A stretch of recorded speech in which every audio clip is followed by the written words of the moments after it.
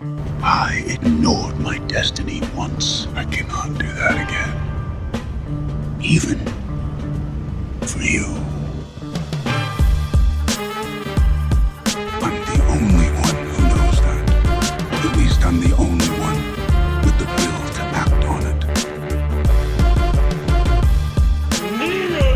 The Mad Titan Podcast with your host, Jay Washington. Titans, go! What's happening, everybody? Back episode 72 of Mad Titan Podcast. I'm the supervillain, Mr. Jay Washington. As you can probably tell, I don't have all of the life and energy and enthusiasm I normally have. It is Saturday, August 29th, as I'm recording this. I was going to give you guys an episode earlier in the week, recapping Fandom and everything, but the current state of affairs regarding black people in the world and the way things are happening stopped that, first and foremost. But then, yesterday, August 28th, 2020, we got word of a passing of a king.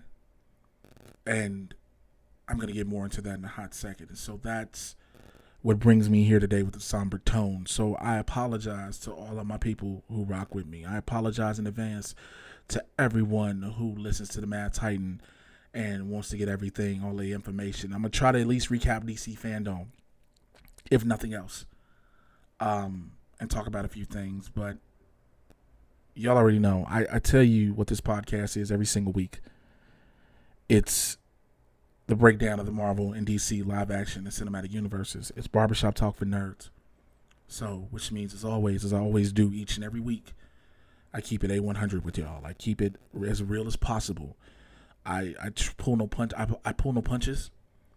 I try not to ever go disrespectful. If I don't like something, I tell you why. If I do, I tell you why. I don't just have a blanket statement on anything. But I have to start out by giving my condolences and continue the mourning on the passing of Chadwick Boseman at the age of 43.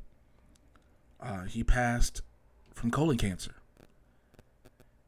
Now, the crazy thing about Chadwick's cancer is he found out he had colon cancer 4 years ago. He was diagnosed with stage 3 4 years ago.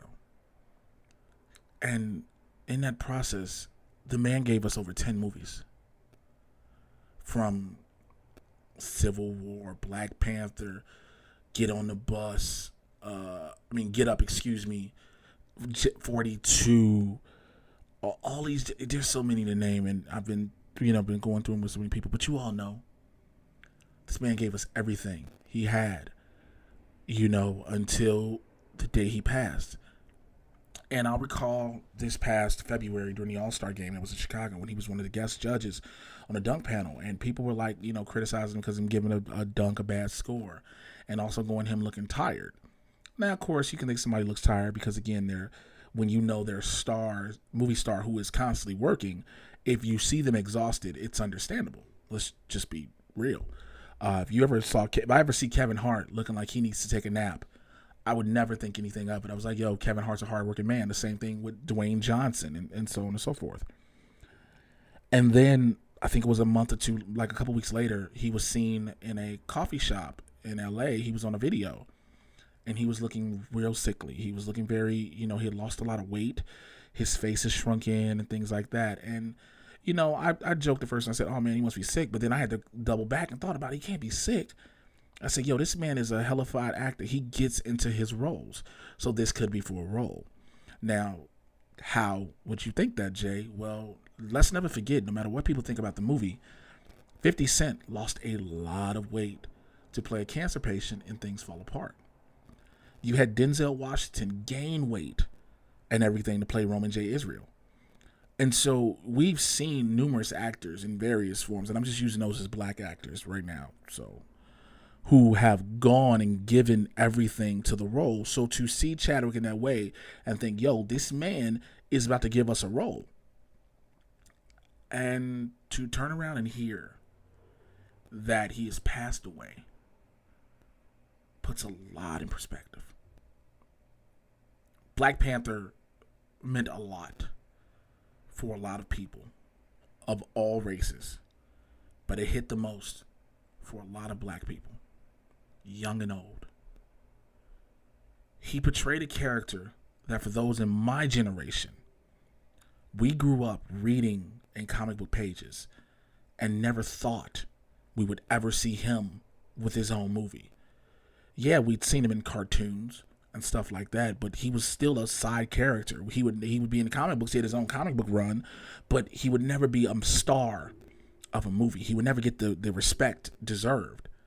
And we never thought that would happen.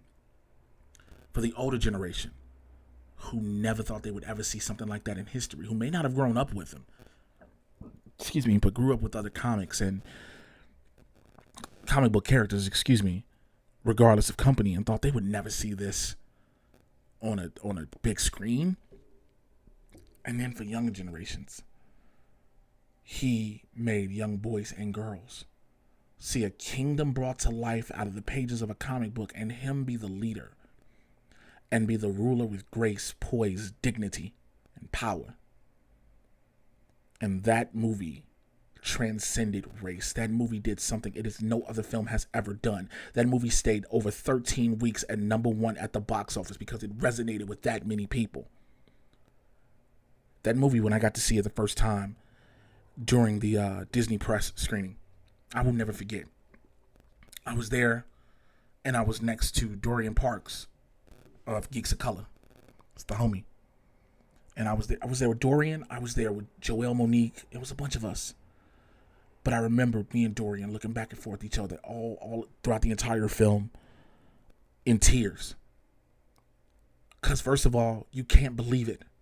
You know, when we heard the announcement at that Comic-Con years prior, like, yo, they finna do a movie. Then you watch the end of Civil War, the post-credit scene, and they take Bucky, and then you see the Black Panther, and you're like, yo, they're in Wakanda. This is happening. Then I'll never forget Game 4 of the NBA Finals. We got that first trailer. So again, when we're in the theater watching it for the first time, it's surreal. We see Wakanda, something that was a fictional country, but it's said to be the one of the most wealthiest, powerful countries in the world that hides itself from the world. You see that. But then you see also the performance that Chadwick gives you. This takes nothing away from that cast. The cast was tremendous. But again, in hindsight now, you look at certain things. We talk about the third act, the final fight between Killmonger and the Black Panther, and how it was heavily CGI'd. But now, we know during this time, he was battling cancer and also having to go have surgeries and chemotherapy between all of these projects he was doing. And so it makes you wonder, like, oh, did the budget run out, or was he physically unable to do more than what they wanted? But even throughout the hurt and pain, this man did the physicality for all these different movies. Infinity War, 21 Bridges, The Five Bloods, everything. So it hurts. The world mourns. At 43, a man whose career has touched lives, a man who has embodied Black historical figures on the big screen in a way that no one else probably could. But more importantly, the lessons he left. There's so many speeches that will be considered iconic now. So many moments that we've seen that we saw it when they happened, the videos, they trended on Twitter or whatnot, the moments they happened and occurred. But, we're like, cool. And then we go on about our normal day. And now, again, in hindsight, when you reflect on it, the video from him on Sway in the Morning with the cast promoting the movie, and Chadwick talking about the two young kids he kept in touch with who were battling cancer the whole time, and their whole goal, they told them, was just to make it to see the movie. And then he broke down, which makes you think, damn, he was hoping he made it to see the movie. It's sad. But I've been trying for the past 24 hours or so well, less than 20, almost 24 hours to find the one thing. In death, we have to find something more than just the legacy, but something else that they taught us. Yeah, his legacy on film will live, but there has to be a lesson he's taught us outside of just the speeches. And that legacy would have to be that no matter what you are going through, live your life to the fullest. Cherish every single moment. This man did movies, 10 movies, major blockbuster films, while battling cancer, telling no one but his immediate circle, and going through chemo and surgeries, clearly in worlds of pain, and gave us art that will last forever. This wasn't just a regular actor. This was an artist. This is a man who created something beautifully.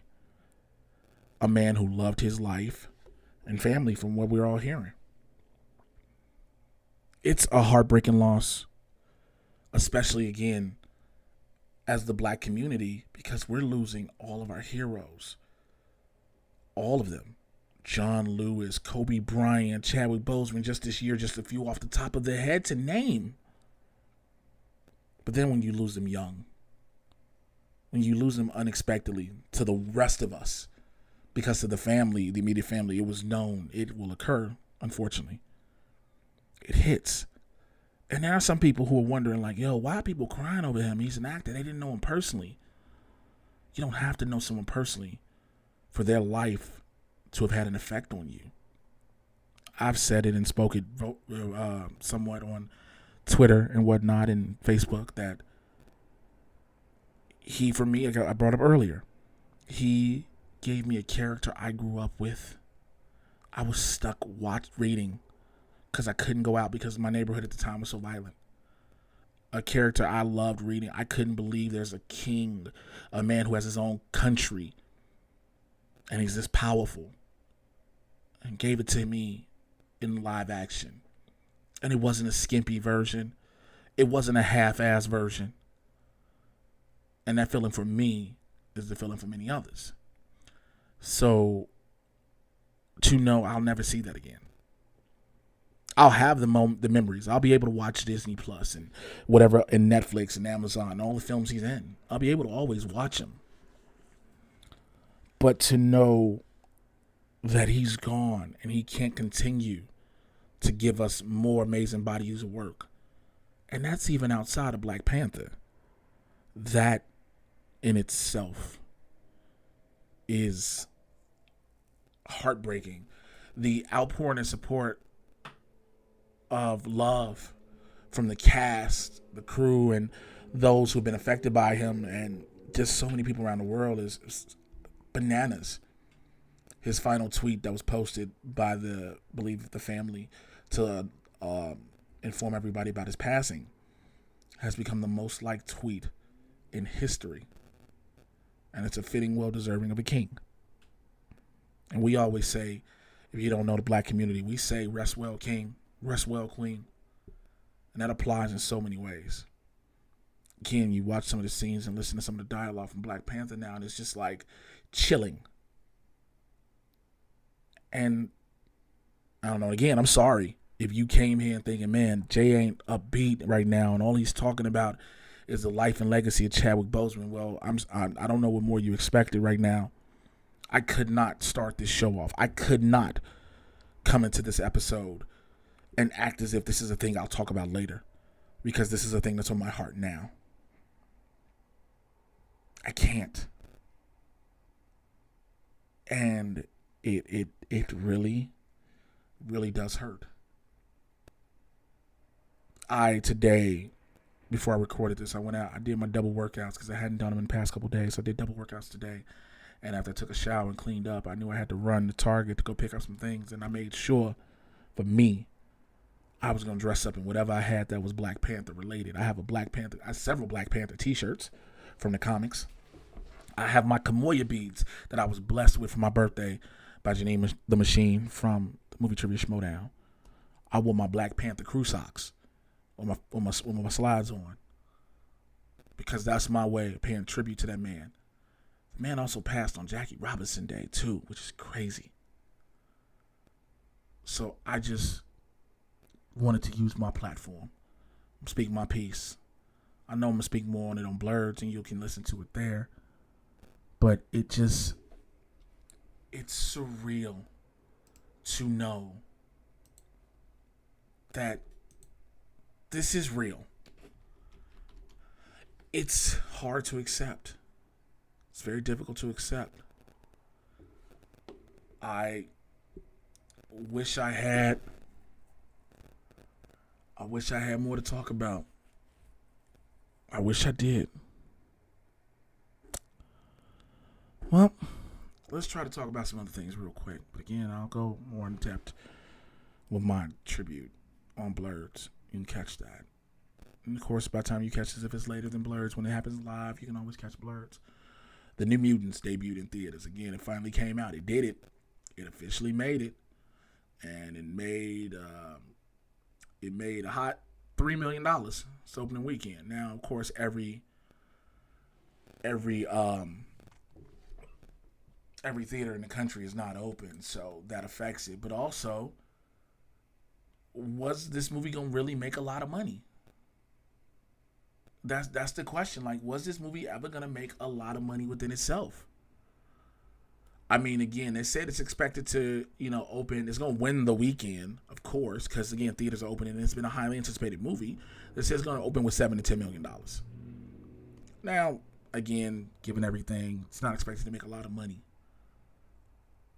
And I've heard that it's kind of it's like a Netflix movie that nobody knew how to sell and different things, and it's just so much. So I think I can't wait to check it out. I mean, I know people who've gone to theaters, and some theaters are handling it in a certain way, and I guess I'll just buckle down and go see it, because I didn't get a chance to. I don't think they did a press screening unless they did it prior.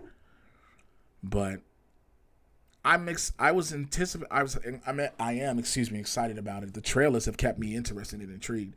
Also, if you haven't noticed by now, there's no guest. This is just me.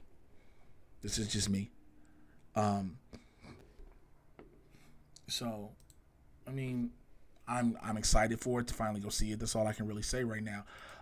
Ant-Man 3 director Peyton Reed says that the Wasp will get equal billing with Paul Rudd in the sequel.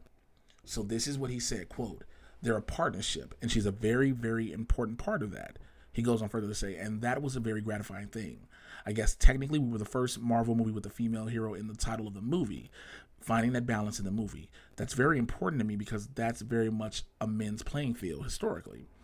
But there's really, really changing. That's really, really changing in a great way.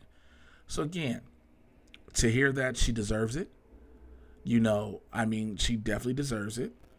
So there's no other reason. I mean, this is a big thing, but it was deserving. She definitely should have had this equal billing, because Evangeline Lilly rocked that role of the Wasp, especially what she did in this movie. She was the star. Hannah John Kamen, she did dope as Ghost as well. But for her to be the lead of the first female lead, because I know some people are like, well, what about Black Widow? She never was a lead per se, right? Wasp broke through with that. So I'll be interested. They said, if you didn't know, it's being written by Rick and Morty writer Jeff Loveness, and MODOK is supposed to be the big bad. So supposedly MODOK will be the person that Walton Goggins' character in Ant-Man and the Wasp was talking to. That was his employer.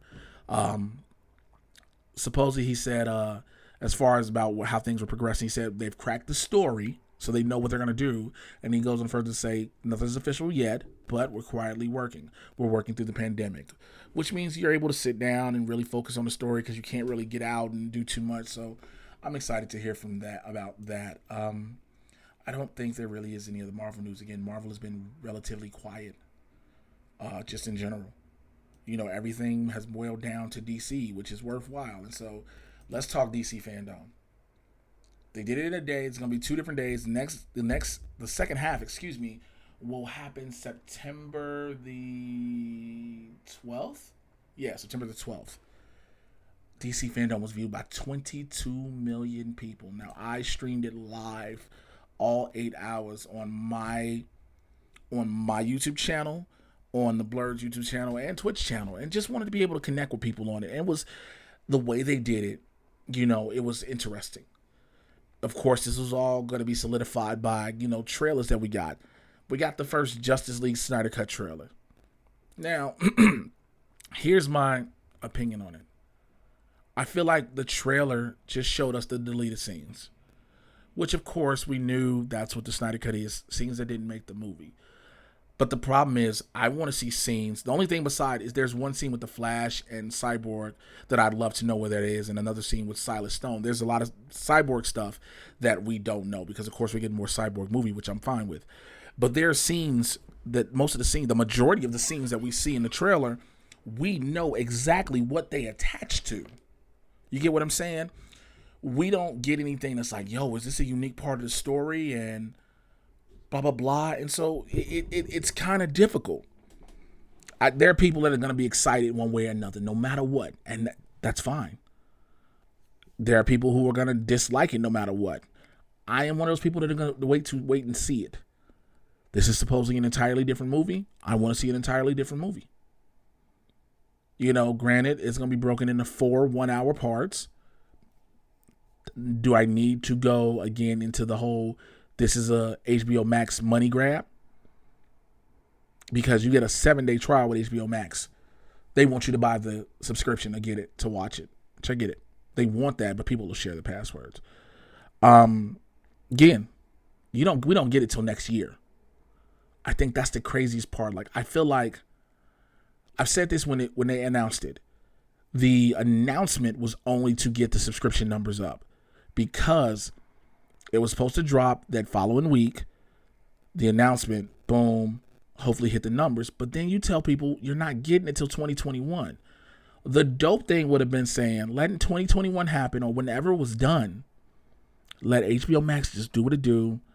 Yeah, you know how numbers, just roll with it. Excuse me.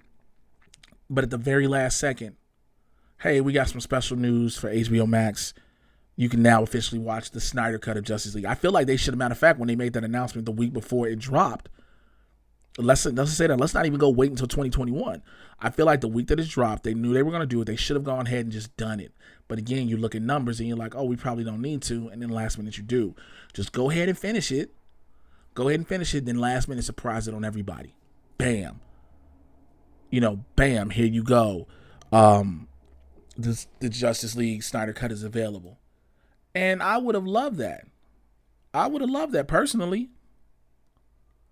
So that's that. We got our first look at the Batman, and we all were talking shit. We all collectively, and I say collectively because that means not every single person, but the collective. There are a few people that stand outside the collective. We're like, yo, Twinkle's Batman. And then a lot of us had to back up and realize, oh, this man has an extensive filmography that can warrant this darker role, blah, blah, blah. And then again, as I've said on here before, you have Robert Pattinson start talking about, well, I'm not working out during the pandemic, and that's a problem. And people are like, oh, God, would you shut the fuck up and just go and work out because you're playing a hero. And then you're like, okay, if he don't stop talking, if he stops talking, we're going to be good. Like, we're giving him a chance. We're giving him the benefit of the doubt. Come on, man. Shut up. And then he talks. Well, Matt Reeves, who spoke for 20 minutes to Aisha Taylor, spoke with the love of a fan. Not just a film creator, a fan. And I think that is the best part of it. Because we know, like, we have a lot of movies we see, the various directors, right? Comic book movies and whatnot. And a lot of the directors aren't fans of the property. So in their eyes, they're just making a movie. So it doesn't really matter. But when you get somebody that's a fan and shows how much of their fandom is within this, like, you're like, okay, I trust this. I trust this completely. And then we got the footage and said that only a quarter of the movie was shot. And, some people have an issue with his Bruce Wayne, how it looks. Like, his Bruce Wayne looks like he's a member of My Chemical Romance. But this is Batman year 2. You know what I'm saying? You're just getting your feet under you. You're just starting to take on crime in the city. But then the suit again, year 2 suit.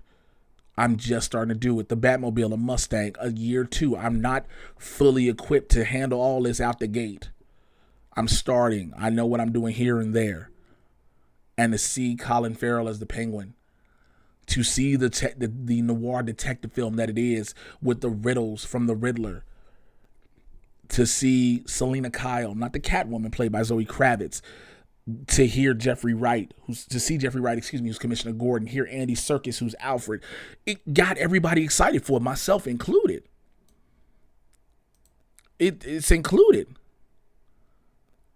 But that in itself is like, man, that is just, it's a great, I'm looking forward to it. We found out the name of the Shazam sequel.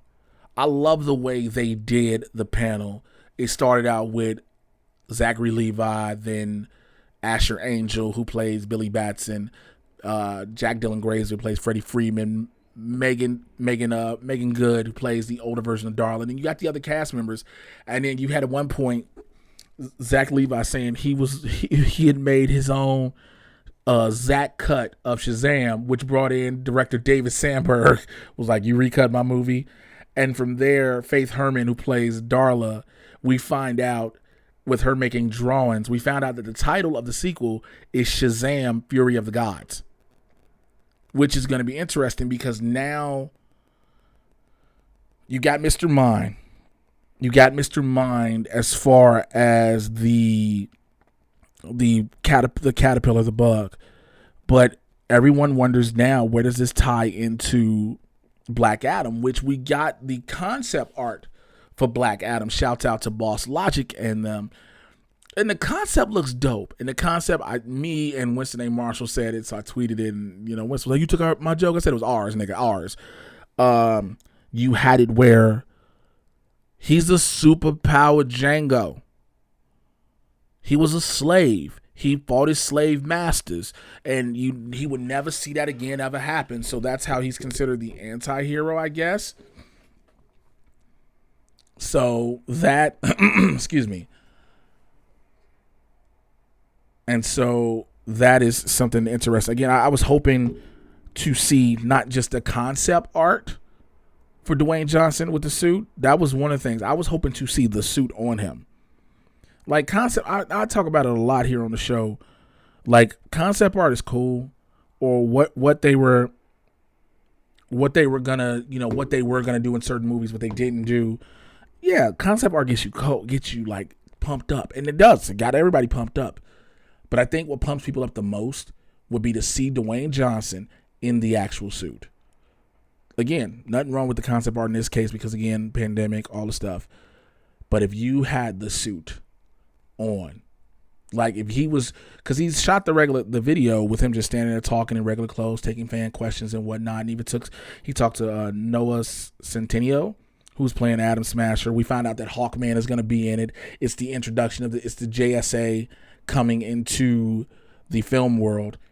And I'm like, that's fine. But again, when he was talking at one point, I mean, I would love for him to have a lightning bolt strike him, and then we see him in the suit. I would love to see that. We got the second trailer for Wonder Woman 84, and wow, that shit was amazing. She lasso jumped, rolled lightning bolts. We finally got to see the transformation of Kristen Wiig into Cheetah and how Cheetah looks against Wonder Woman. And a lot of people have somewhat of an issue because of the CGI. They relied heavily on it. And it's a kind of weird thing. You know what I'm saying? It's like, I get CGI. Sometimes you can't do certain things. I get it. But at other times you can. So I just think, like, we got to just hold on and hope the movie is great and that they know what they were doing with the CGI. And there's a reason. Again, maybe Kristen Wiig can't pull off all the stunts they want, and the only way to pull off certain effects are with CGI. And I know we don't want any movie relying on it. Speaking of which, Jeffrey Wright, who plays Commissioner Gordon in The Batman, he said that the trailer that we saw for The Batman included not a single bit of CGI. That is crazy. So again, it's enough to get pumped up for sure. What else was there within it? I talked about that. We might be getting a Static Shock movie. We're getting a Static Shock movie, which is so fucking dope to hear. You know, the fact that they're bringing Milestone Comics back and this Static Shock is happening is like, wow, this is pretty dope.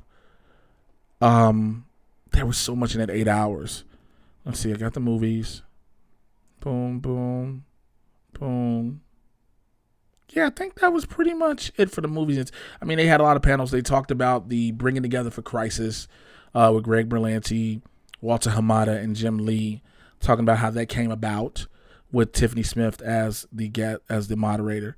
And that was a dope thing as well. So DC FanDome, I liked it. I enjoyed it. I've been saying to everybody, and I want to bring this out to the listeners, and pose this as a question of sorts. Do you think that now we're able to do these virtual Comic-Cons? They've been happening a lot. I've been fortunate to be a part of several. And DC now doing its own thing. And Marvel Studios is easily able to jump into D23. Will that take away officially those two major presences from San Diego Comic-Con? Because remember, the big things at San Diego are always the Hall H panels, and primarily what Marvel is dropping, and if DC has something dropping, and these are movie wise. With now DC being able to do FanDome virtually, you save money. Number one, you don't have to fly out talent. This could change a lot what we see with Comic-Cons going forward. And of course, yeah, we understand the current situation with the global pandemic. And even if that means that if cons are back in 2021, you know, things are back normal. But in general, let's say they are. Let's say there's a vaccine. Let's say the vaccine is tested and proven. Let's say that the vaccine works and everybody's able to do what they need to do and move forth. But DC says no. We're going to stick with FanDome because it works. And in Marvel, yeah, they can do Hall H and have that presence over it. But then again, you don't have to spend money on promotional items. You can just go about and now use D23. Then you can use promotional items for D23, but it's D23. It's all in the Disney family, in the Disney house, so you're good. And now you don't have presence at San Diego Comic-Con. That changes what Hall H means. Like, there are no long lines anymore to get bands. You know, there might be a few things, but nothing as massive as when there's Marvel and DC. So I'm wondering. That pretty much this has literally been off the top of my head, but that's pretty much all that I have for this week off the top of my head of what I wanted to talk about when it came to Marvel and DC. But I want to go to, again, it's been a while, and I've been meaning to get this out, but I'm going to go to questions and calls I got from the Mad Titan Podcast hotline.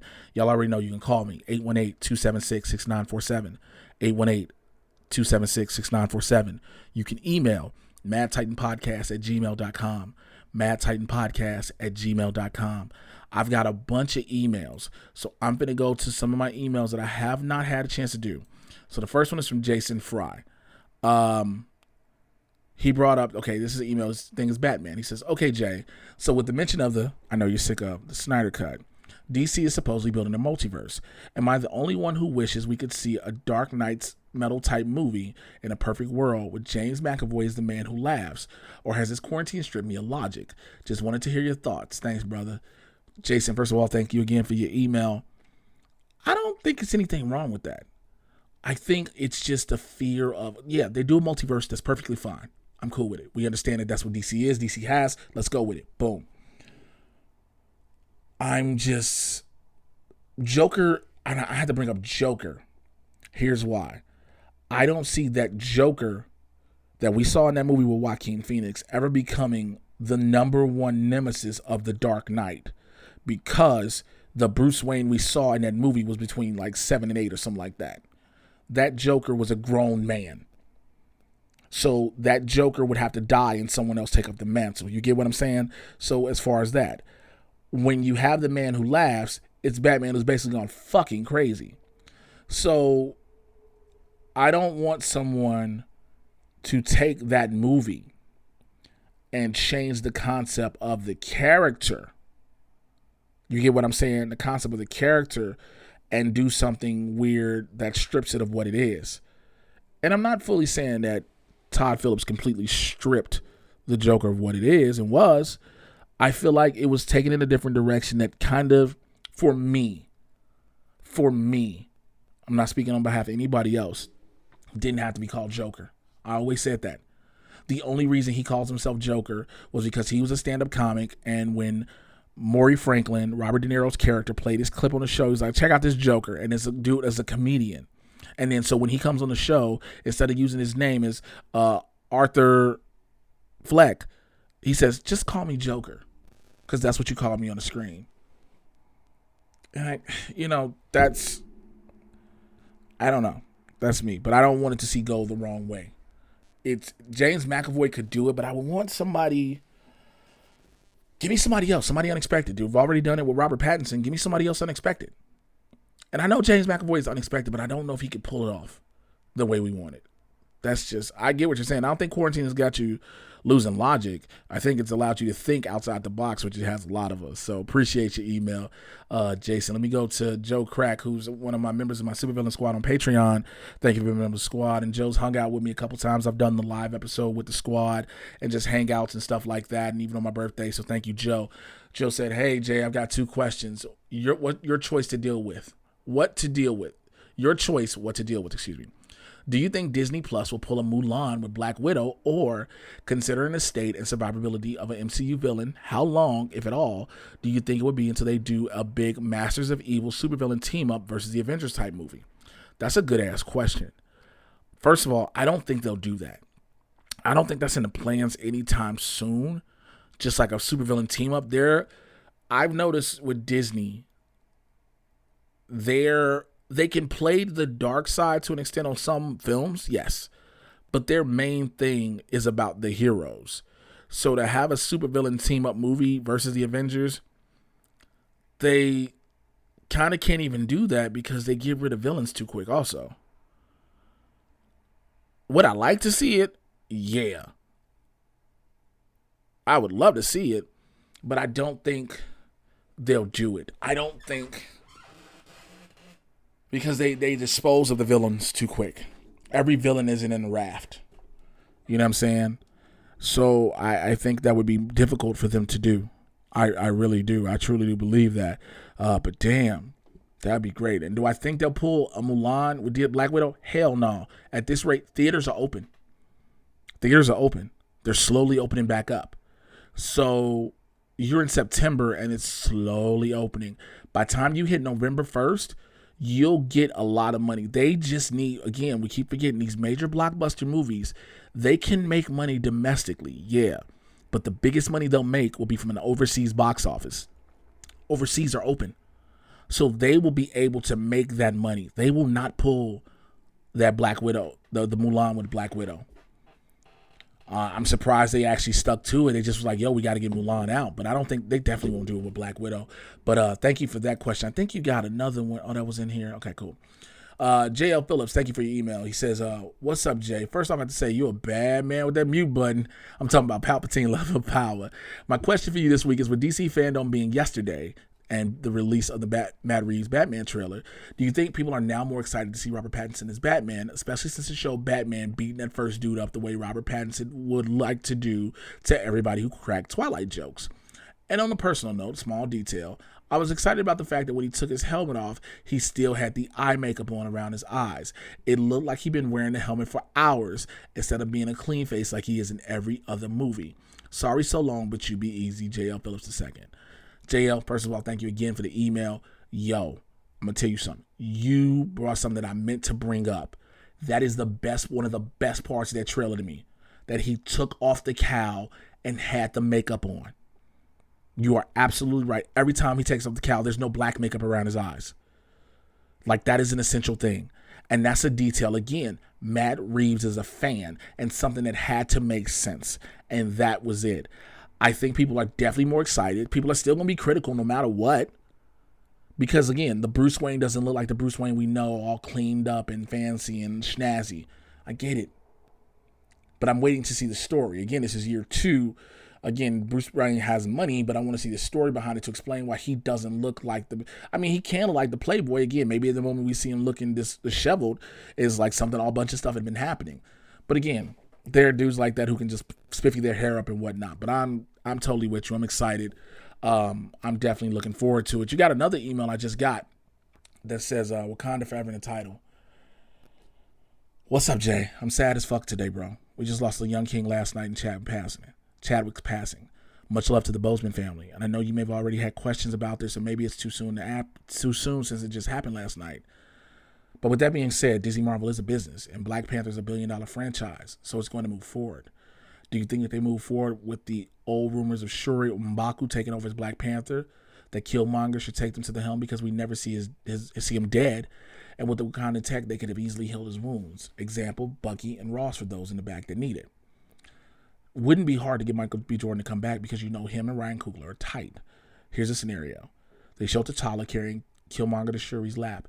They go back and forth about saving him at the end, but at the end of the day, that is family. Family that their father is wrong and they need to make it right by any means. They save him, and instead of imprisoning him, they put him on his own farm like Bucky or give him a job training troops, seeing that he was highly skilled himself and qualified for the position.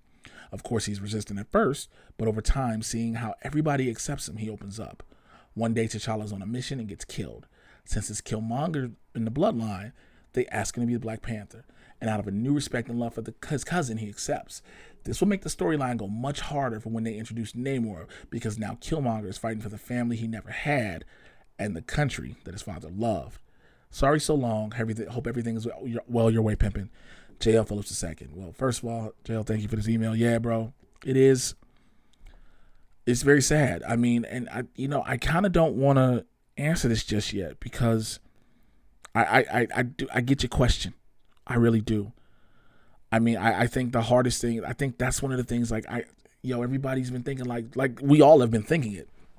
Let's be real. Screen Rant ran an article about who should replace him instantly, like damn near after he passed, and everybody scrutinized him. And rightfully so. Let people mourn over it. I do get what you're saying. I don't want to think about this now. Give me a week. I'll come back to this next week because this is a good email and it's a good question to have. But give me a week. Like I just, if you heard me at the beginning of the episode, I can't even go to that. So, yeah, man, it's very difficult. All right. So let's go to questions I have from the Mad Titan Podcast hotline right now. Hey, Jay, it's your boy Kevin from Louisiana, man. I heard Keanu Reeves was cast in an undisclosed Marvel role. Do you think it's the Silver Surfer, man? Because that would be interesting. And also, man, I just want to thank you for everything you're saying for Black Lives Matter movement, man. Right now, we need all the support we can get. We need your voices. We need white voices, yellow voices, man. Thank you for everything you're doing, brother, and I appreciate you. You have a good one, man. All right, AJ, appreciate it, man. Thank you for your call. Yeah, Keanu Reeves, I don't know if it's been disclosed because we all keep having would it be Silver Surfer be dope? Absolutely. But I think the problem with Silver Surfer is you have to have Galactus. And I don't want Galactus yet because we just had a cosmic level villain, space villain when it came to Thanos. I think we need a grounded villain for your main big bad. And that's why I'm all aboard, like everybody has said, with Dr. Doom. I'm all for that. I wonder who he is. Like, there's been so much talk of, is he Reed Richards? Is he Mark Spector, a.k.a. Moon Knight? Is he somebody we completely don't expect him to be? Could he potentially be I'm just going to throw some shit out. Could he be the new Cyclops? Could he be a new X-Men somewhere? There's so many different things. And so Keanu Reeves is a mystery, man. But the thing when it comes to Silver Surfer is just, I don't want him yet because him now opens up that door for Galactus. And I think it's way too soon. Doom can be the perfect person. Again, yes, you have to start setting up the Fantastic Four, but that door was open in Spider-Man Far From Home. So yeah, Fantastic Four can also give you Silver Surfer. Of course, we've seen it. We can also give you Galactus. It would be nice to see him as that, but I don't. Do I want to see him as Silver Surfer? I mean, it would be cool, but like I said, my biggest thing is I don't want Galactus just yet. So hopefully that answered your question. That I think is all I've got for this week. Again, I apologize for the delay. I really do. Things have been beyond hectic and crazy, but thank you guys for rocking with me and sticking with me throughout everything. I appreciate you all. You can get your calls and emails in always. I know I've been a little bit disheveled with this podcast and not as structured as I want to be. But listen, follow me on Twitter and Instagram, Mr. J Washington, MRJAY. You should know how to spell Washington. Join the Patreon, patreon.com/Mr. J Washington. It's the Supervillain Squad. You already get if you join. First of all, you are a producer of the show, first and foremost, because without you, there is no me. Excuse me. Oh my God, my hiccups have been. Well, this is probably because I've been drinking this Starbucks Nitro Cold Brew. But without you, there's no me.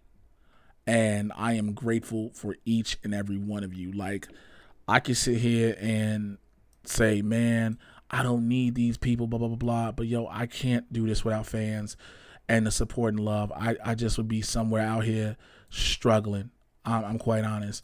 And so I thank y'all for that, first and foremost. But also, you become, like I said, you become a producer. And if you join at the $25 and up tier, you get the one-on-one with the supervillain tier. What that is we do once a month, we do a one-on-one sit down. We talk for at least an hour. Yes, at least an hour. And we talk about anything that you want to talk about. It's not on me. This is on you. And the recent ones I've done have been so much fun. I did the one with Rudy Ueda, him and his sister, and that one went almost 2 hours. And that was just surreal because it was just so much fun. And that's the thing I love. All of them that I've done have been fun. None has been like, let's hurry and get this over with. All have been fun and unique in their own way. And I've been so grateful for every last one of them. Like, I can't even be mad. And so thank you to everybody who has joined at this tier. I know you're like, what is Jay doing while he's doing that? Well, he had to find something and get stuff organized real quick. And so I do have it. All right, where is that? Boom. Let me add that there. All right, so with that being said, let me thank all of the members of the squad. Adam Collins, Alberto Rios, bro, thank you for being a member at the one-on-one tier. Adelia Chamberlain, Ashley King, AZ Badfish, thank you for upgrading to the one-on-one tier. We're going to set up your one-on-one ASAP, bro. Brian Kimmett, Brandy Parker, Brock Severson, California Joe, Chauncey Woodson, thank you, bro, for being at the one-on-one tier. We got to set up your one-on-one too, man. We got to knock this out. Cheryl Corman, Christopher Conley, Casa Nachalobe, Dan Bimke, David Adams. This damn mouse of mine is so damn sensitive. Like when I roll it a little, it just goes so far down. David Gaines, Deontay Clemens, Dizzle, DJ Snacks, Edward Wilshire, Fanboy Cantina, Fillmore Pockets, Fred Castillo, Greg Morishik, Hank Staley, Hillary Nellums, Jay Breezy, Jake Acavetta, James Robbins, James Smart, Jared Simpson, Jason Inman, Jeffrey Chadorn, Jim Mason, Jim Payne. Thank you for being a member at the one-on-one tier. I love my talks with you, sir. Joe Crack, John Mariano, John Lestrina, Justin Square, Kirsty Oliveria, Kyle Grandinetti, LK, Luis A. Torres. Thank you for being a member at the 101 tier. Marcus Kennedy, Marcus Bird, Mike Moore, Mikey Lito, Paisley Darts, Patrick Harden, Quentin L. Milrow, Randy Constance. Thank you for being a member at the 101 tier, bro. Great conversation with you. Much success. Congratulations on the graduation. Raul Alejandro Mendoza, Rudy Rueda, bro, thank you and your sister so much for that last one-on-one, and thank you for being a member at the tier. Submitters 5, same thing to you, man. Thank you for being a member at the tier. Let me know when you're ready to set up this one-on-one, bro. It's on you. Steve Tozen, the Prince That Wasn't Promised, and Travis Earl. Thank you all for being members of the squad. I appreciate you so much. Seriously, your support means the world, especially in this day and age. Please make sure you rate and review the podcast. Rate and review. If it's been a while, just send another rate and review. Even if you don't want to listen to it, just review. Boost me up in the algorithms. I want more people to keep hearing about this and finding it. And I'm just trying to keep it real. I'm going to have more guests on. But this week, I just had to come and just be me. I just needed to vent. And I knew the only way I could fully vent and say how I felt and what I felt about was just come on here and do it on Mad Titan. Like I always, that's the platform I've made for myself. And I just had to be here with y'all, and you all have supported me, and I appreciate you, and I'm so grateful. My YouTube channel, youtube.com/JAYWashington80. I'm trying to find new stuff to put on there. I got to review some more stuff or do things like that. I've been streaming live, so you can catch those. So that's there. Blurs in the Hood every Tuesday, 2 p.m. Pacific, 5 p.m. on the East Coast. That's when we go live. Me and Winston A. Marshall, we talk about everything. Cover pop culture, entertainment, news, real world shit. We are unapologetically black. This past week, we just had to do an emergency town hall because of everything that was going on. So you can catch that as well as previous episodes up on the Blurs in the Hood YouTube channel. youtube.com/BLERDS, the letter NTHEHOOD. Follow us on Twitter at Blurs in the Hood, and check out the Facebook page, Blurs in the Hood on Facebook. I will be uploading all the episodes to the podcast feed. Again, it's just me. I need an assistant. It's been very difficult trying to keep everything up, and I'm sorry. Monday on Game Time with the Outlaw John Roca over on the Roca Says YouTube channel. And I think that's about it. I got some other stuff coming up. When dates drop for those, I'll let you know. I've been doing a bunch of Zoom shows and, online stand-up shows. So I'll be found on those as well. Also, I'm sorry, I'm just so spent. But listen, thank you guys for taking time out to listen, hear me be somber, unfortunately, and just still wanting to hear me talk and get your thoughts in and just rock with your boy. I appreciate you all so much. I will definitely be back next week. We're going to keep this going regularly again. Birthday, news, everything was slow. So we're here with it, all right? Take care, y'all. Holla at y'all. Then I'm out. Listen, be safe, be sane, and tell somebody you love them. Cherish them. Tomorrow is never promised. I'm gone.